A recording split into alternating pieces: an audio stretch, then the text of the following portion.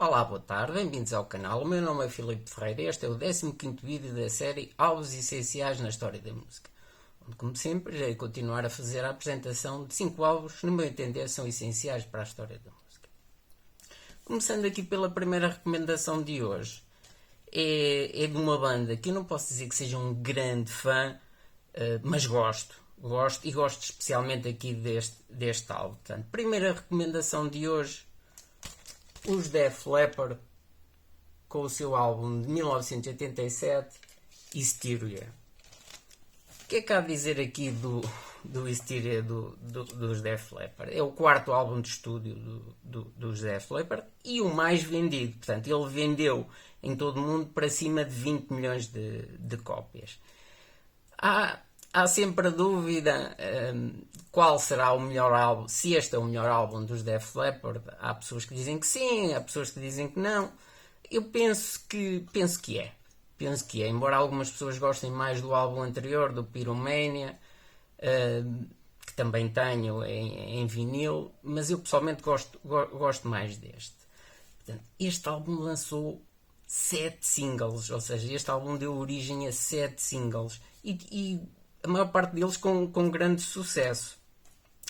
Foi dos álbuns mais caros de sempre a produzir. Portanto, eu até li um artigo curioso que dizia que este álbum foi tão caro a ser produzido que se vendesse menos de 5 milhões de cópias dava prejuízo. Portanto, mas ele superou largamente isso e vendeu para cima de 20 milhões de cópias. A crítica aqui foi bastante unânime e bastante consensual. Ele chegou a número 1 nos Estados Unidos e no Reino Unido, além de vários países por todo o mundo. Portanto, esses dois tops são os que eu uso como referência principal, os Estados Unidos e o Reino Unido, e ele chegou a número 1 nos dois. E chegou nos Estados Unidos a estar em número 1 e ter singles no número 1 no top dos singles.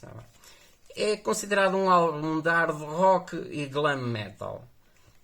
E tem aqui grandes músicas dos Def Leppard. Eu ainda os estive a ouvir hoje com calma. Tem grandes músicas pesadas e algumas mais calmas. Animal, Love Bite, Pour Some Sugar on Me e a música que dá o título ao álbum, o Hysteria. Que o meu amigo brasileiro Mário Pelicano não é grande fã de Def Leppard, mas é um apaixonado aqui por esta música. E aqui os Def Leppard penso que atingiram o seu apogeu foi com este álbum. Portanto, primeira recomendação de hoje, um grande álbum, os Def Leppard com o seu álbum de 1987, Hysteria. Aqui na capa até diz The Biggest Rock Album of All Time. Eu penso que é um bocadinho, que é um exagero, mas está certamente entre os melhores. A segunda recomendação de hoje é de um artista que eu também não posso dizer que seja um grande fã, mas curiosamente depois da morte dele foi-me aprofundando um bocadinho mais na discografia dele e conhecia relativamente bem o artista, mais através de coletâneas. Lá está, este era um artista que eu nem sequer, acho que tinha um ou dois no máximo álbuns dele, álbuns mesmo, era várias coletâneas. E depois disso, ele entretanto faleceu, penso que há 5 anos, e entretanto arranjei uma box que trazia 5 álbuns dele em CD, mas sem grandes expectativas. Às vezes, quando não havia nada que eu me apetecesse ouvir, uma vez deu-me para pôr um álbum dele. Eu gostei bastante.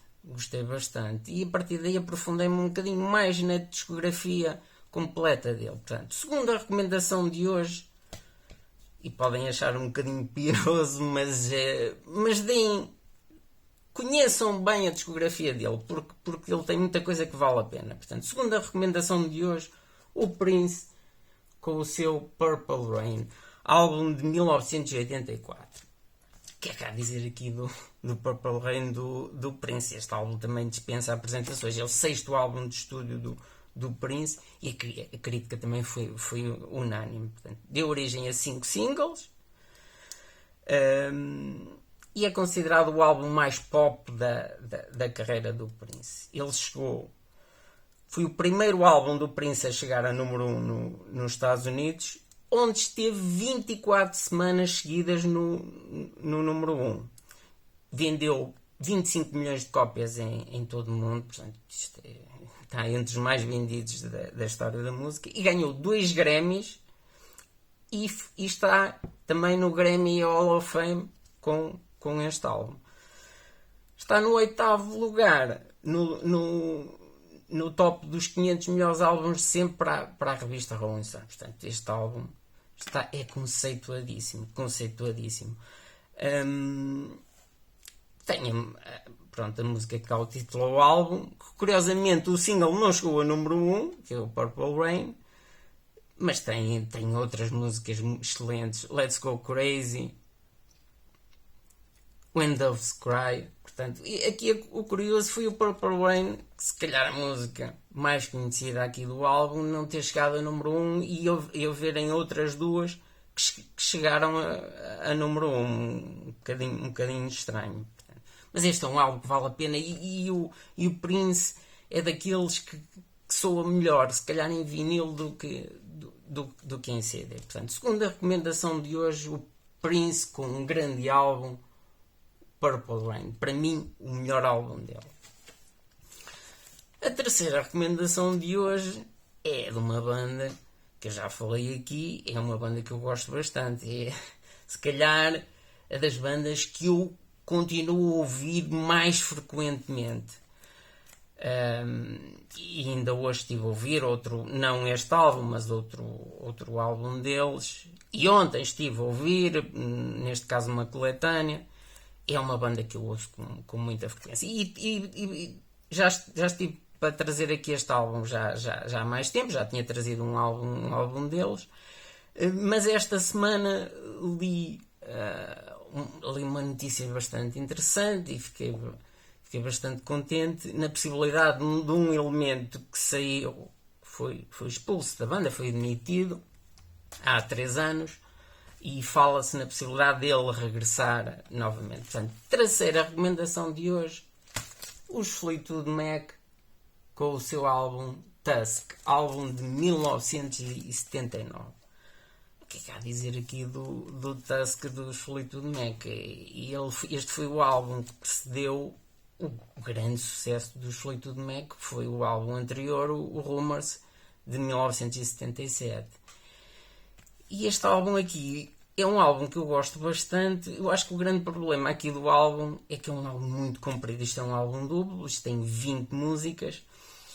E o que eu falo com pessoas que conhecem Fleetwood Mac é que dizem que o álbum é demasiado grande, ou seja, e tem algumas músicas mais fracas. E é verdade, eu conheço bem este álbum.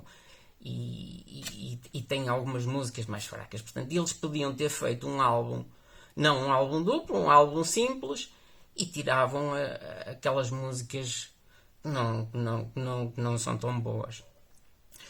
É um álbum mais experimental que os álbuns anteriores dos Fleetwood Mac. Aqui o guitarrista, o Lindsey Buckingham, na altura estava um bocadinho, que tinha começado a fase do punk, e ele estava ali um bocadinho influenciado pela essa fase inicial do punk, e foi este álbum, a produção custou $1 milhão na altura. Portanto, até 1979 foi o álbum mais caro a ser produzido. E deu origem a 6 singles. A crítica aqui não foi completamente unânime, mas foi boa. E é um álbum que eu gosto bastante, e diz muito porquê. Porque eu comecei a gostar de Fleetwood Mac por causa de uma música aqui deste álbum, o Sarah. Mas o álbum tem, para além do Sarah, tem outras músicas muito boas, incluindo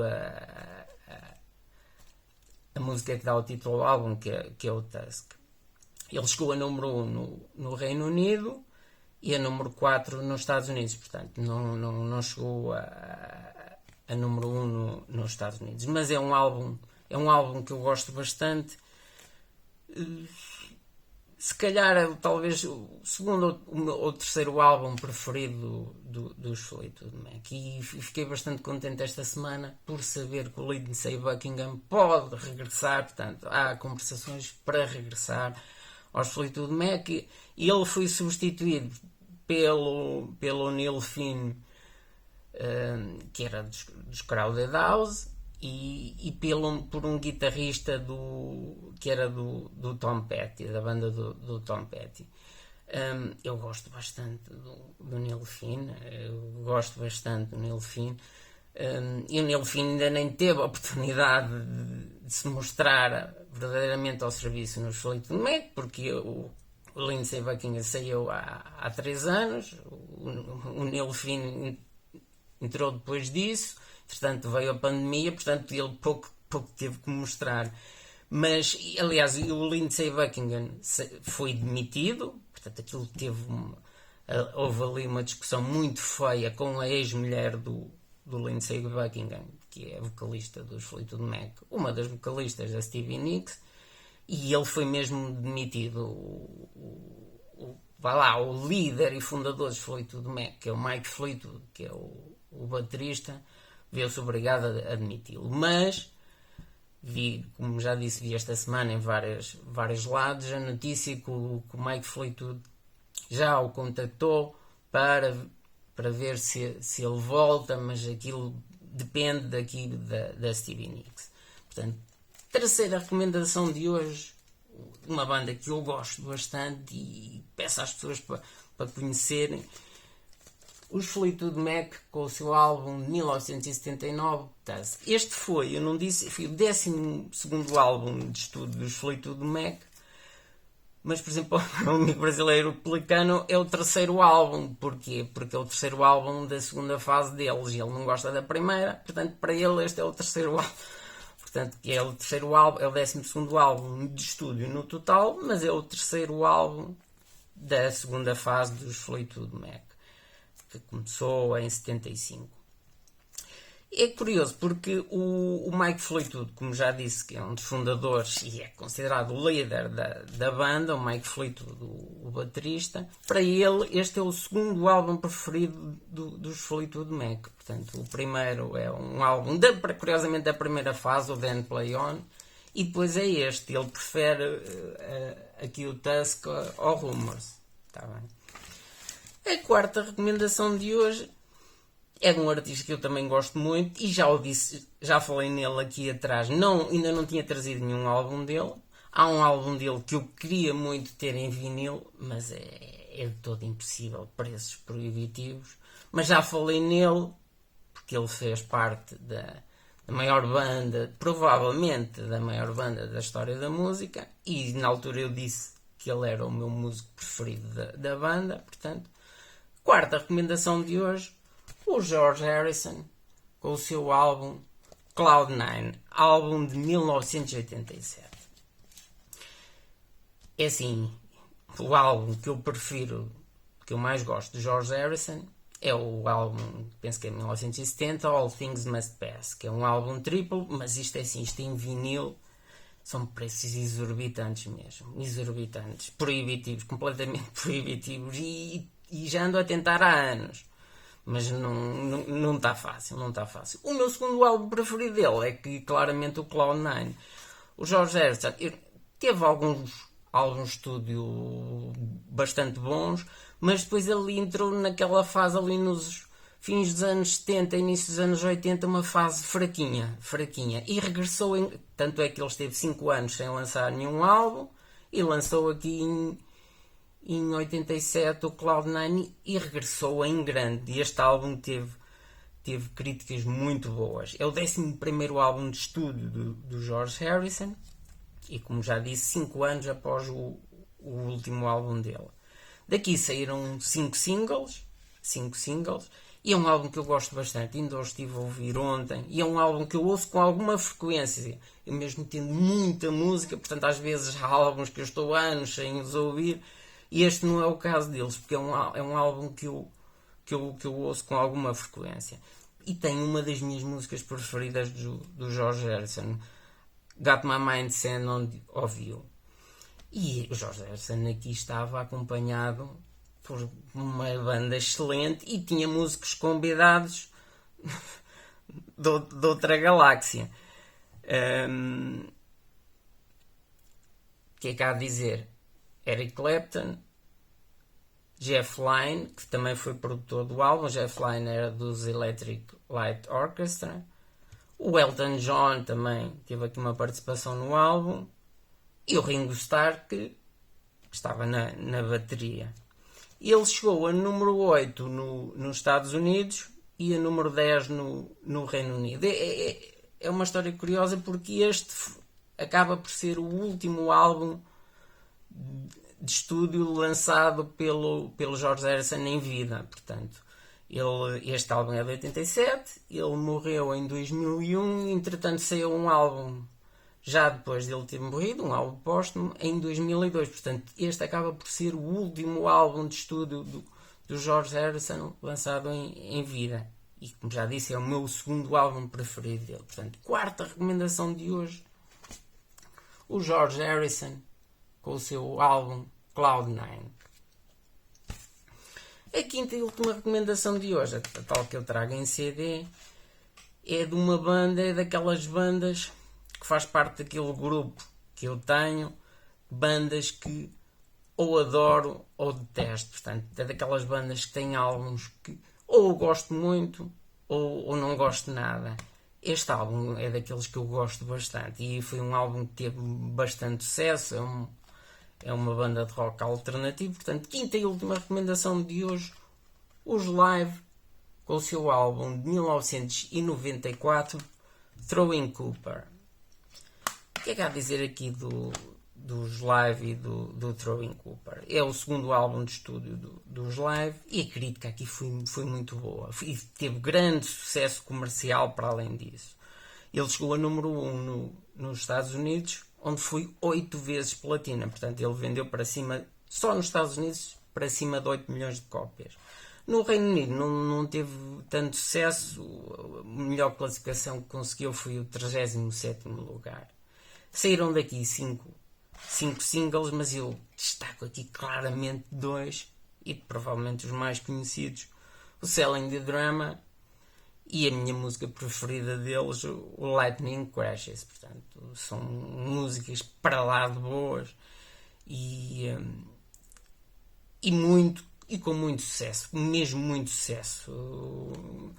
Depois disso, eles têm álbuns deles que eu gosto bastante, mas tem álbuns que me passam completamente ao lado, não gosto nada. Mas, por exemplo, gosto bastante da voz do vocalista, que é o Ed Kowalczyk. Portanto, quinta e última recomendação de hoje, um álbum que eu gosto bastante, um álbum de rock alternativo, de 1994, os Live com o Throwing Cooper. Pronto, e por hoje é tudo. Vemo-nos no próximo vídeo. Uma boa tarde.